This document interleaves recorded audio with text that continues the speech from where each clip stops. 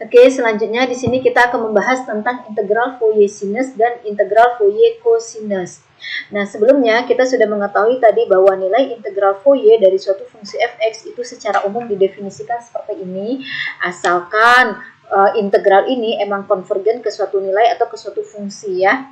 Nah, berikutnya seandainya emang benar bahwa nilai integral ini ada, kemudian seandainya kita punyai misalnya fungsi f-nya itu adalah fungsi genap, kalau ini adalah fungsi genap.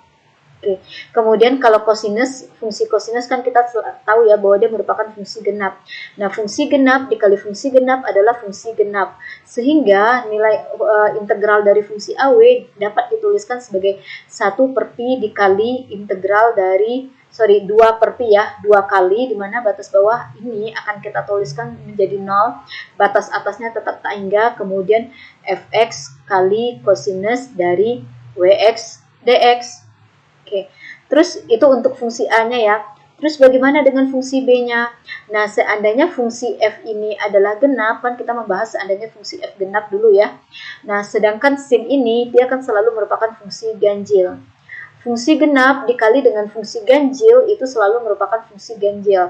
Dan integral dari fungsi ganjil, seandainya batas bawah dan batas atasnya adalah sesuatu yang sama, hanya berlawanan tanda, maka hasilnya adalah 0.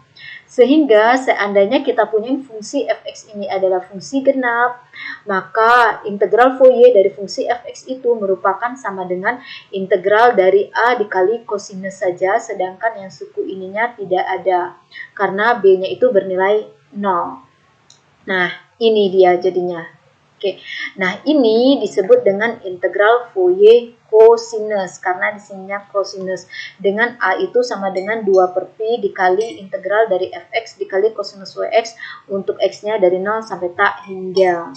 Oke, jadi seandainya fungsi f-nya itu merupakan fungsi genap, maka kita punyain integral Fourier cosinus. Oke, kemudian berikutnya seandainya kita punya fungsi fx-nya sekarang adalah fungsi ganjil. Oke, kita lihat. Nah, seandainya fungsi f itu adalah fungsi ganjil, ini ganjil, kemudian dikali dengan fungsi kosinus yang selalu bernilai genap, tentunya ini akan menjadi fungsi ganjil. Dan integral dari fungsi ganjil, seandainya batas bawah dan batas atasnya adalah sesuatu yang sama, hanya berlawanan tanda, hasilnya adalah 0. Jadi, A itu adalah sama dengan 0, maka ini pun bernilai 0. Sehingga suku ini diabaikan. Kemudian kita amati untuk fungsi B-nya, seandainya ini ganjil, fx-nya ganjil, sedangkan sinus kan memang selalu ganjil ya. Fungsi ganjil dikali dengan fungsi ganjil itu akan menghasilkan fungsi genap. Sehingga ini sama dengan 1 per pi-nya, kemudian dikalikan dengan 2 sehingga menjadi 2 per pi. Sedangkan batas integralnya ini, batas bawahnya menjadi 0, batas atasnya tetap. Kemudian integralnya itu adalah tetap. Nah, ini jadinya disebut fungsi BW-nya kan berarti tidak 0 ya. Berarti ekspresi ini ada.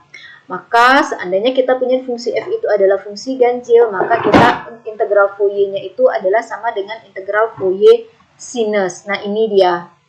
Yaitu integral Fourier dari fungsi fx-nya itu adalah sama dengan integral dari fungsi b dikali sinus untuk w dari 0 sampai tak hingga, dan b-nya itu sama dengan 2 per pi dikali integral dari fungsi f dikali sinus untuk x dari 0 sampai tak hingga.